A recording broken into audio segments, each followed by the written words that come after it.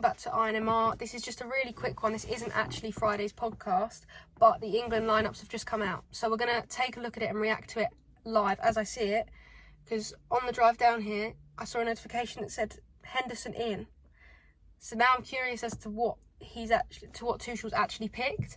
So we're going to react to it live and maybe have a look at what I like, what I don't like, and maybe players that I think missed out. So Tuchel obviously takes charge of his first two games this international break against Latvia and Albania, I believe.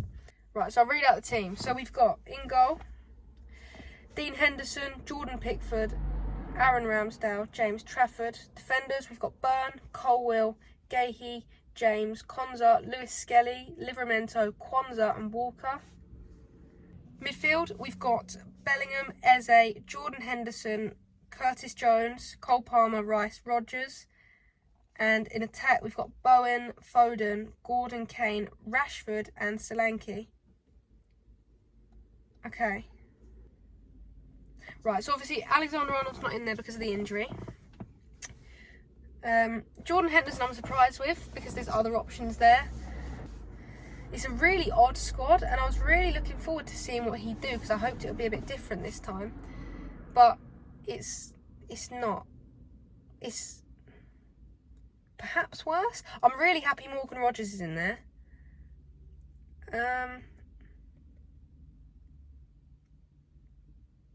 I think this looks worse than it is because of the injuries, because you're thinking about the big names like who's not here and then you think actually no, they're injured. So it's all right. I did a video on it a while ago about why Morgan Rodgers should be getting in. So I'm glad he is now. There's no Gibbs White, no Wharton, Branthwaite, Watkins. Yeah, there you go, Watkins. No Ollie Watkins in there is a shock for me because even though he's not having his best season, he's still someone that I rate quite highly. And I'd personally take him over Solanke, but that's just me.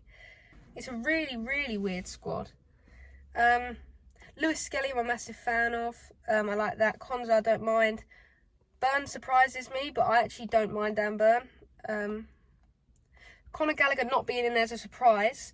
A lot of people don't rate him, but I think he's just a rat in the midfield. He just works hard all the time. And he is doing well at Atleti. But obviously when you make that move over to a foreign country, that often does have a slight impact on whether or not you get picked, but that's obviously not been the case with Kyle Walker. Dan Byrne, it's his first call-up, so it'll be exciting to see if he plays, whether that is going to be at left-back or at centre-back. Someone's just raised a really good point about Jed Spence, and for large parts of this season, he's been so much better. He really, really struggled when first coming in, but he's done superbly this season, and he can play on both sides. So for him not to get in over somebody like Kyle Walker, who, yes, he's experienced, yes, he's a big name in that England squad, but just for your first one for games against Latvia and Albania, can you not, if you're going to try something new with Dan Byrne, and I'm just surprised they're bringing back these old players that don't have a future in the setup, because Jordan Henderson doesn't have a future in the squad. He's 34. Kyle Walker too as well, ever so slightly. He's the same age. He's still...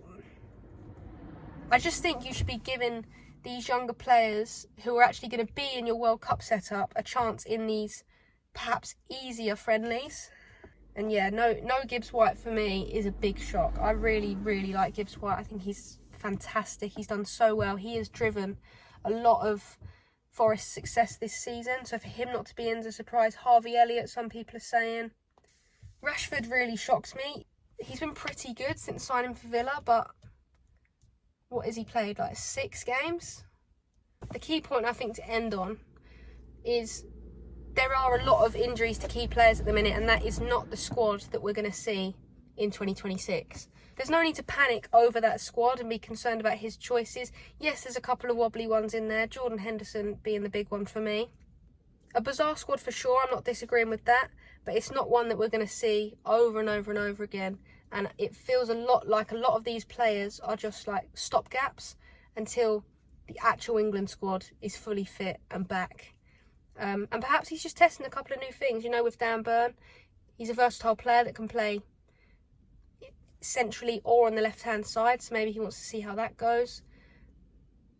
at the end of the day, it's his first squad. There's a big transition that's got to come because Southgate was there for so long and had his players. So yes, it's strange. Yes, there's some players that certainly shouldn't be in there.